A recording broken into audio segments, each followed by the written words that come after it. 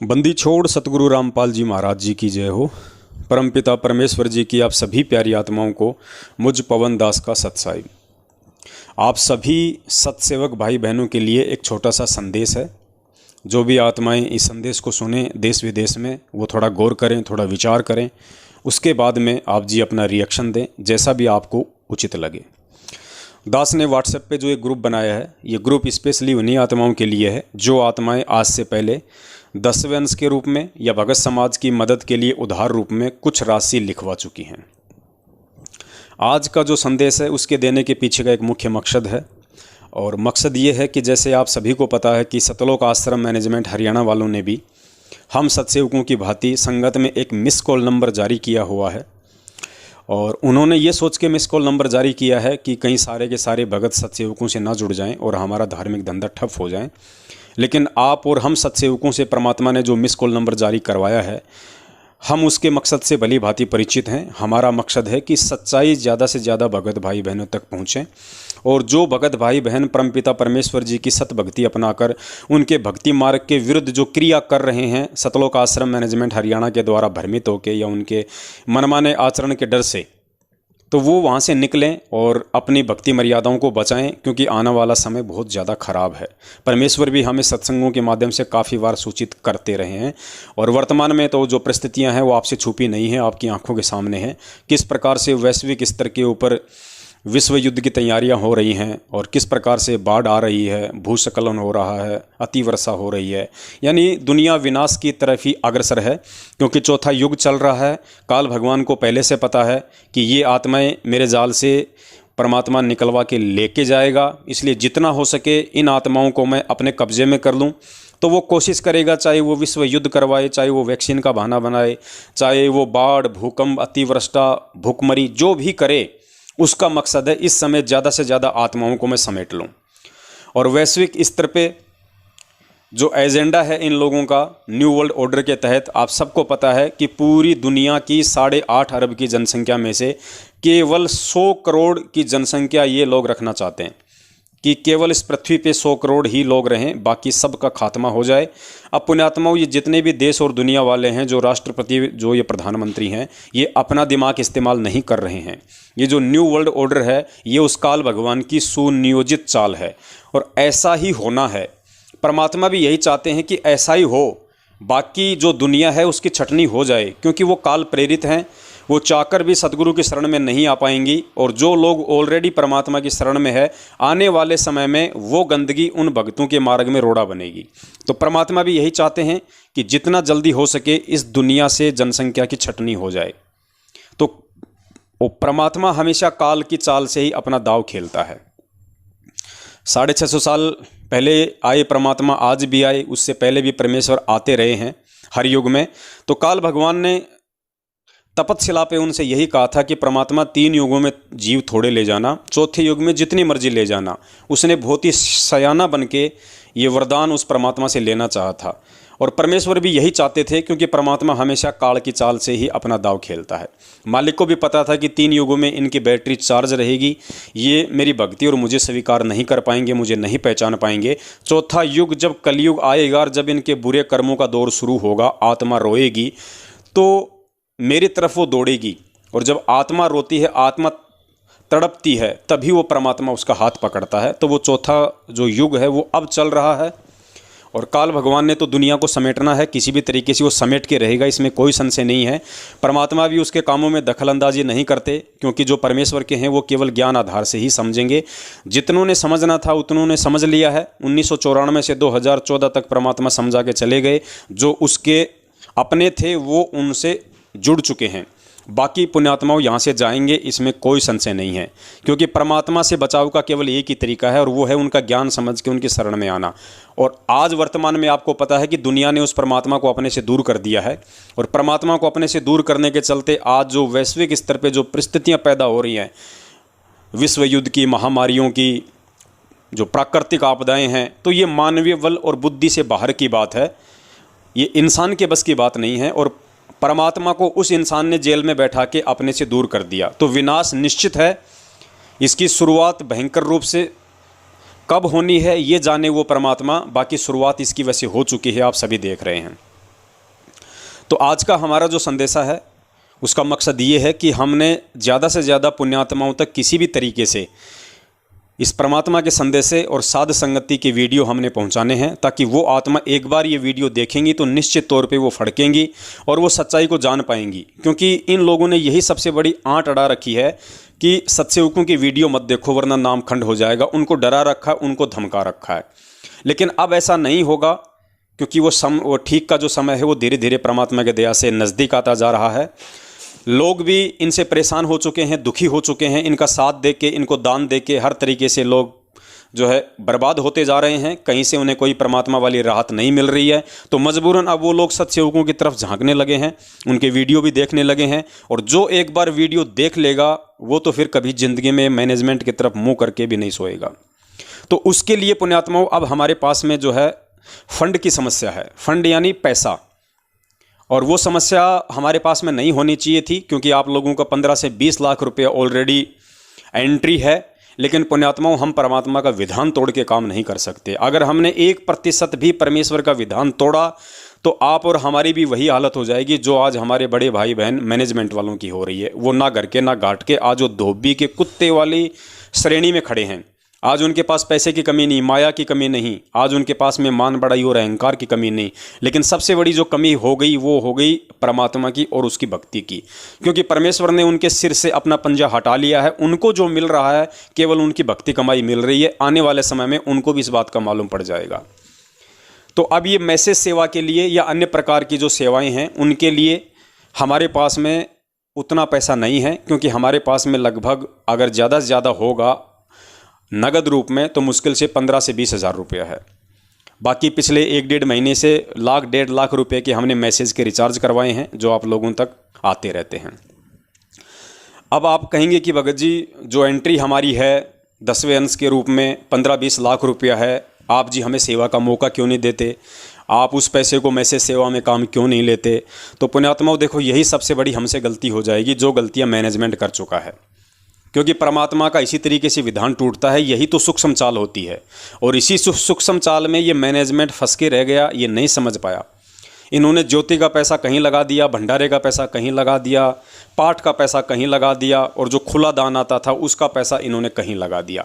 जबकि परमात्मा का विधान ये कहता है, पूज्य गुरुदेव ने अपने सत्संगों में हमें बार बार ये चेताया कि पुण्यात्माओं, जब तक भंडारे का पैसा भंडारे में नहीं लगेगा, एक एक पैसा साधक के द्वारा यदि भंडारे के नाम पे दिया गया है, अगर वो भंडारे में नहीं लगा तो उस पैसे के प्रतिफल में जो लाभ साधक को मिलना चाहिए वो नहीं मिलेगा, क्योंकि परमात्मा का विधान टूट जाता है। 10वें अंश का पैसा यदि आपने अपने गुरु को नहीं दिया या संगत की सेवा में नहीं लगा तो वो 10वें अंश का पैसा निष्फल हो जाएगा। ज्योति के पैसे से अगर आपका ज्योति हवन नहीं हुआ या आपने उस ज्योति के पैसे का कहीं और सदुपयोग कर लिया ये सोच के कि ये भी तो भगवान की सेवा है, तो वो हमारी सोच होगी, लेकिन परमेश्वर के विधान अनुसार हम मर्यादाओं से नीचे गिर जाएंगे।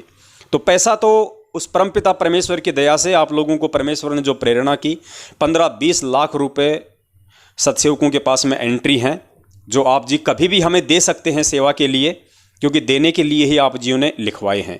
लेकिन पुण्यात्माओं, वो 10वें अंश का पैसा हम मैसेज सेवा में प्रयोग नहीं कर सकते, अन्य प्रकार की सेवाओं में प्रयोग नहीं कर सकते। आप लोगों का जो 15 से 20 लाख रुपया है वो आप सभी के अपने पास है।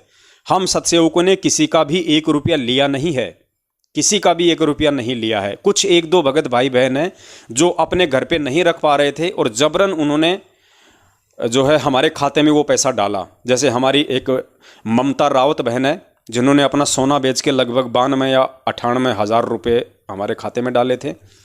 उसके बाद में कुछ एक बहन और है जिसने 15 या 20 हज़ार रुपये डाले थे, और एक हमारी दिल्ली रोहिणी से एक बहन है हमारी, वो दास को हर महीने 2-2 या 3-3 हज़ार रुपये डालती रहती है।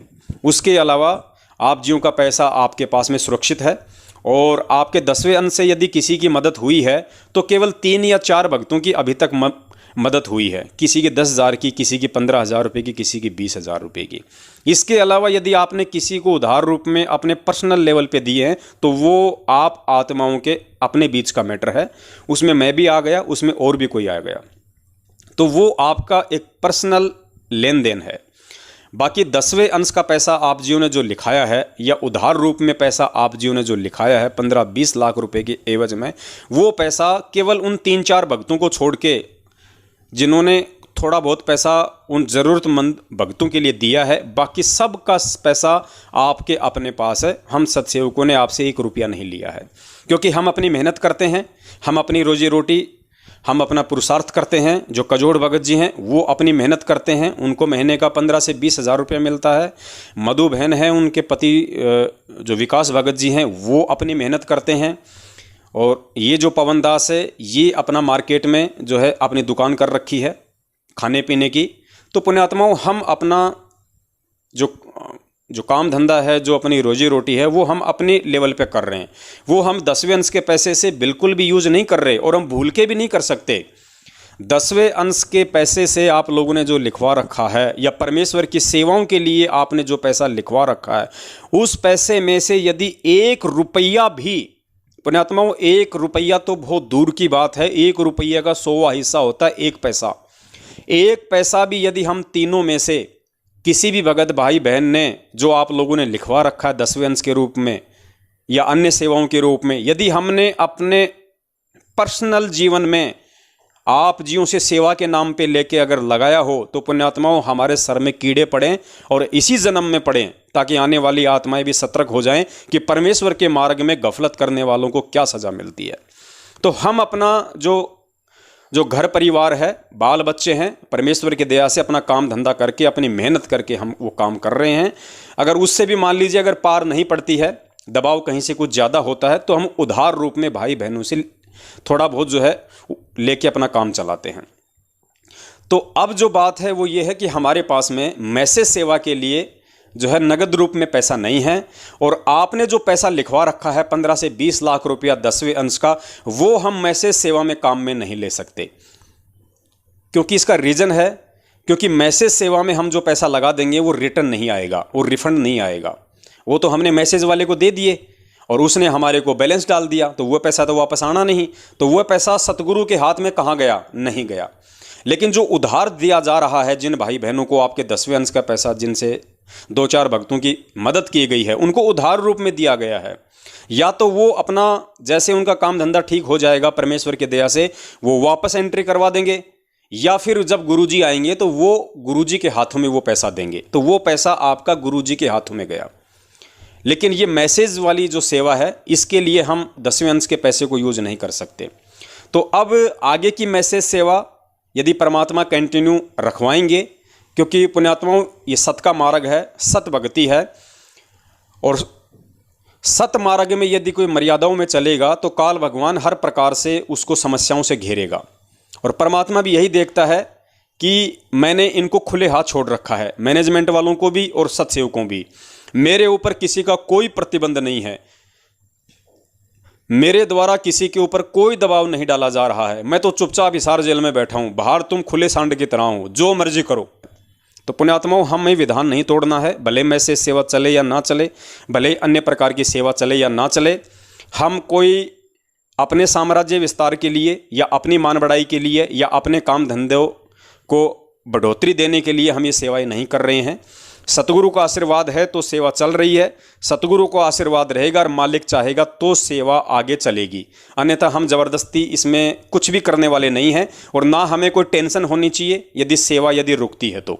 वो परमेश्वर की मर्जी है, जब चाहेगा जब वो दोबारा शुरू करवा देगा। तो निवेदन मेरा आप सभी भगत भाई बहनों से केवल यही था कि यदि आप जी उचित समझें तो आप जी मैसेज सेवा के लिए या अन्य प्रकार की छोटी मोटी सेवाओं के लिए अपने 10वें अंश के पैसे के अलावा आप जी अलग से कोई भाई 2, 4, 5, 10, 50 जैसे भी जिसकी आर्थिक स्थिति है, जैसे भी जिसकी श्रद्धा है, देखो हमने दुखी होके या परेशान होके हमने वो पैसा जो है सेवा के रूप में जमा नहीं करवाना है। यदि आपके पास में है, यदि आप सक्षम हैं, तो ही आप जी अन्य प्रकार की सेवाओं के लिए जो कजोड़ भगत जी का खाता नंबर है, दास इस मैसेज में डाल देगा आगे, आप जी उसमें निश्चित होके आप जितना चाहें उतना आप जी उसमें डलवा सकते हैं। क्योंकि अब आपको ये विश्वास हो जाना चाहिए कि सत्सेवकों को यदि हमने आधी रात के अंधेरे में भी यदि उनके खाते में पैसे डाल दिए तो हमारा एक एक पैसा सेवा में जाएगा। और यदि कोई सेवा नहीं लगती है और पैसा यदि उनके खाते में है तो पुण्यात्माओं कभी भी आप अपना पैसा वापस ले सकते हैं। कभी भी अगर सेवा में नहीं लगा होगा, हमारे पास यदि पैसा बचा होगा और किसी भी कारण से यदि आपको लगे कि मुझे उनको सेवा नहीं देनी है या मैंने जो सेवा दे दी है वो सेवा मैं मेरी वापस लेना चाहता हूं, तो मांगने वाले को निश्चित तौर पे उनकी सेवा वापस दी जाएगी यदि हमारे पास में कुछ भी पैसा बचा होगा तो सेवा का।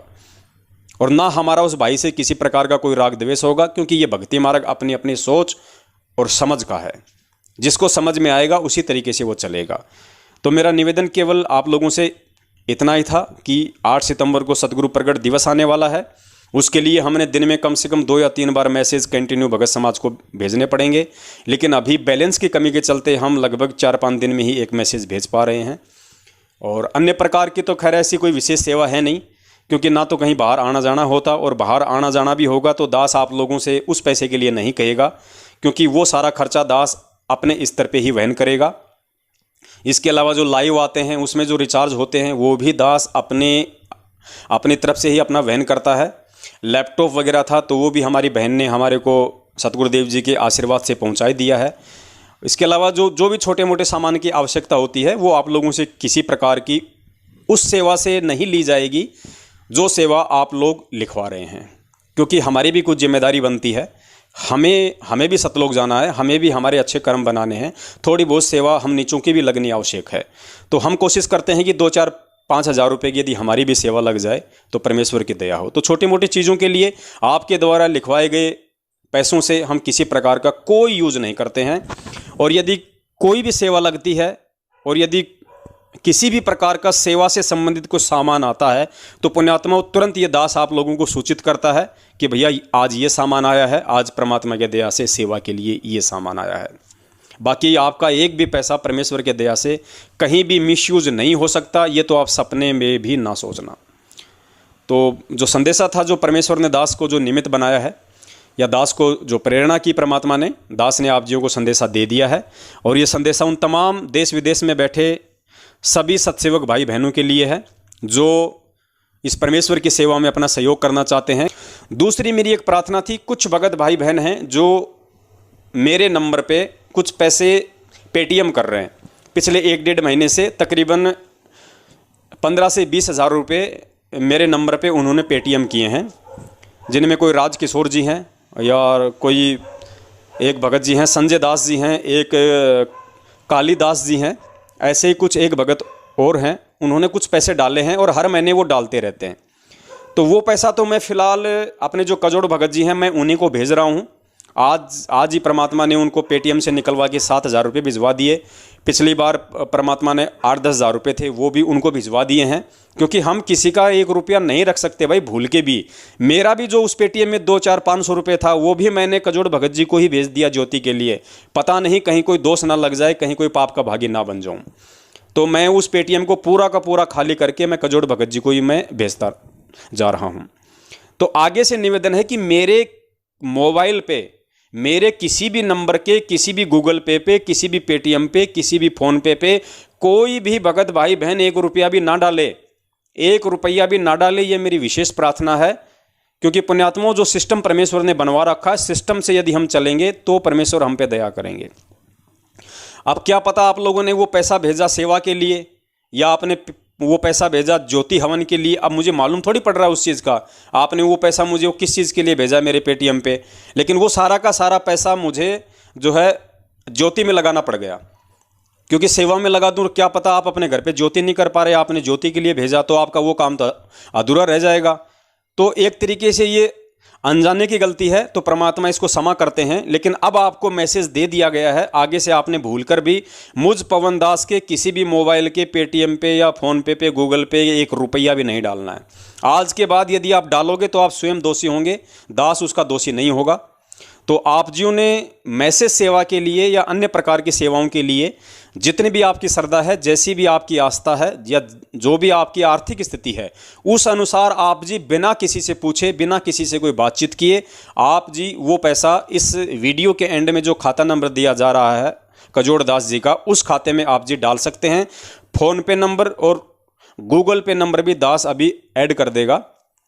उस नंबर पे यदि आप चाहो तो गूगल पे करवा सकते हो, फ़ोन पे करवा सकते हो, और जो खाता नंबर अभी आपको दिया जाएगा उस पर आप जी डायरेक्ट पैसा अपना डलवा सकते हो।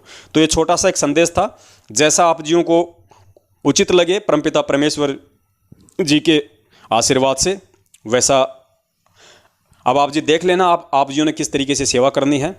और यदि सतगुरु की मेहर होगी, दया होगी तो सेवा चलती रहेगी, नहीं तो अपनी भक्ति तो अपने हाथ में है ही नहीं पुण्यात्मा, वो तो अपने को छोड़नी ही नहीं है। लेकिन विधान तोड़ के हम काम नहीं करेंगे, चाहे हमारे पास में 1 रुपया हो या ना हो। वो जो भक्तों का 15 से 20 लाख रुपया है जो एंट्री हमारे पास में है, हम उसमें से 1 रुपया भी मैसेज सेवा के लिए काम नहीं ले सकते, दूसरे प्रकार की सेवाओं में काम नहीं ले सकते। 10वें अंश का पैसा या तो ज़रूरतमंद भगत की उसमें सेवा में लगेगा या फिर सतगुरु के ही हाथों में जाएगा। इसके अलावा उस पैसे का प्रयोग हम अन्यत्र नहीं कर सकते। ज्योति का जो पैसा आ रहा है, कम से कम लाखों रुपया आप लोगों का ज्योति हवन के लिए आया हुआ है, वो सब उस खाते में जमा है। और दास के घर पे जोत जल रही है सतगुरुदेव जी के आशीर्वाद से। और अपने जो निशा बहन है उत्तर प्रदेश में, उसके घर पे 5 ज्योतियाँ जल रही हैं।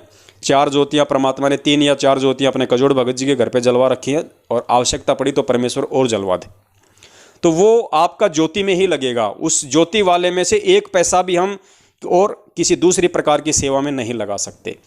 तो अब ये जो एक छोटा सा जो संदेशा था वो आप लोगों को देना ज़रूरी था। अब जैसे आप लोगों को परमात्मा प्रेरणा करें, क्योंकि ये किसी को दिखाने का मार्ग नहीं है। आप 1 डालोगे तो परमेश्वर देख रहा है, आप 1,00,000 डालोगे तो परमात्मा देख रहा है। सेवा हुई तो आपका पैसा लगेगा, नहीं हुई तो आपका पैसा खाते में रहेगा। जब परमेश्वर आएंगे सारा का सारा पैसा परमेश्वर के हाथ में जाएगा, क्योंकि हम परमेश्वर को विधान को तोड़ के सेवा नहीं करेंगे, वो सेवा फिर निष्फल हो जाती है। तो बस आज का ये संदेशा था, जैसी आपको परमात्मा प्रेरणा करे वैसा आप जी कर सकते हैं।